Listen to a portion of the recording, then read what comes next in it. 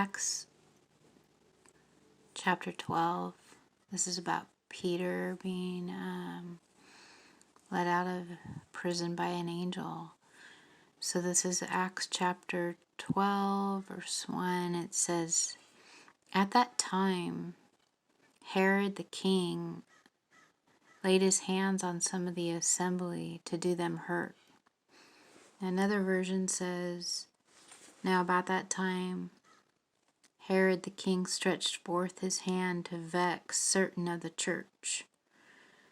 Another version says, "And at that same time, Herod the king stretched forth his hand to afflict some of the church.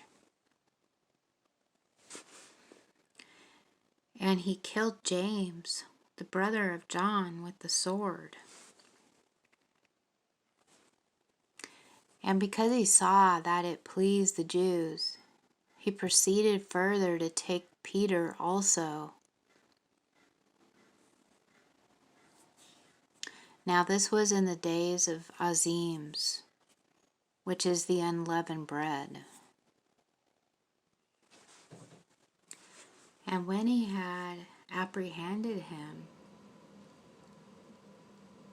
he cast him into prison, delivering him to four quaternions of soldiers to guard him, intending after the Passover to bring him forth to the people. Peter therefore was kept in prison, but prayer was being made without ceasing of the church unto God for him. And Herod was going to bring him forth. That night Peter was sleeping between two soldiers, bound with two chains, and guards before the door kept the prison.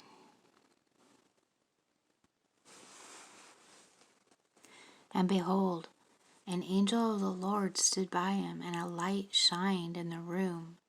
And he, striking Peter on the side, raised him up, saying, "Arise quickly."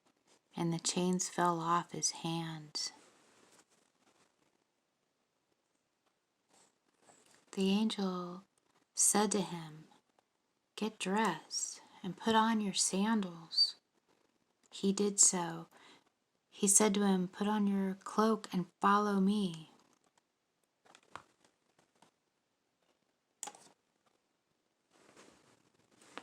And going forth, he followed the angel and did not know that what was happening by means of the angel was real, but he supposed that he was seeing a vision.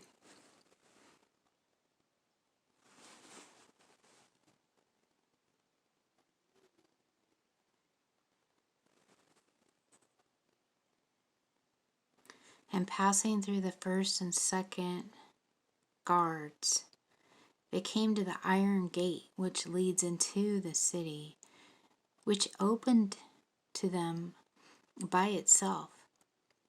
And going forth, they went down one street, and immediately the angel left him.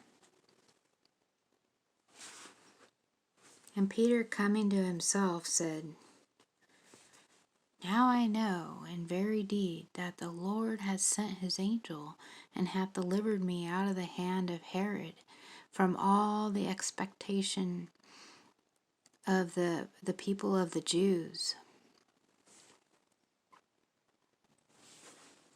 And having become clearly conscious in himself, he came to the house of Mary, the mother of John, who was surnamed Mark, where many were gathered together and praying.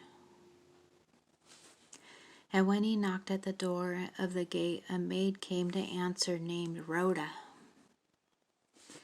And having recognized the voice of Peter through joy, she did not open the door, but running in, reported that Peter was standing before the entry gate. And they said to her, "Thou art mad." But she affirmed that it was so. So they thought, "Well, it's his angel then." But Peter continued knocking.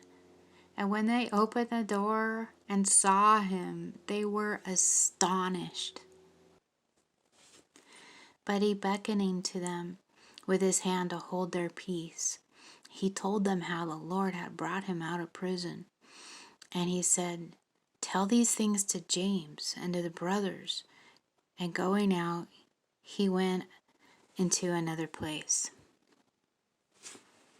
Now as soon as it was day, there was no small stir among the soldiers as to what had become of Peter.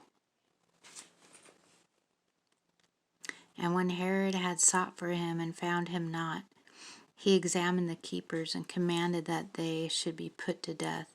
And he went down from Judea to Caesarea, and he abode there.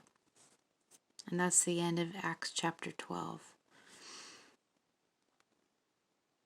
I'm sorry, one more verse. And Herod was highly displeased with them of Tyre and Sidon, but they came with one accord to him, and having made Blastus the king's chamberlain their friend, desired peace, because their country was nourished by the king's country. Okay, I'm just going to end there. But that's the story of Peter being set free out of the prison by the angel of the Lord. And that's it for today.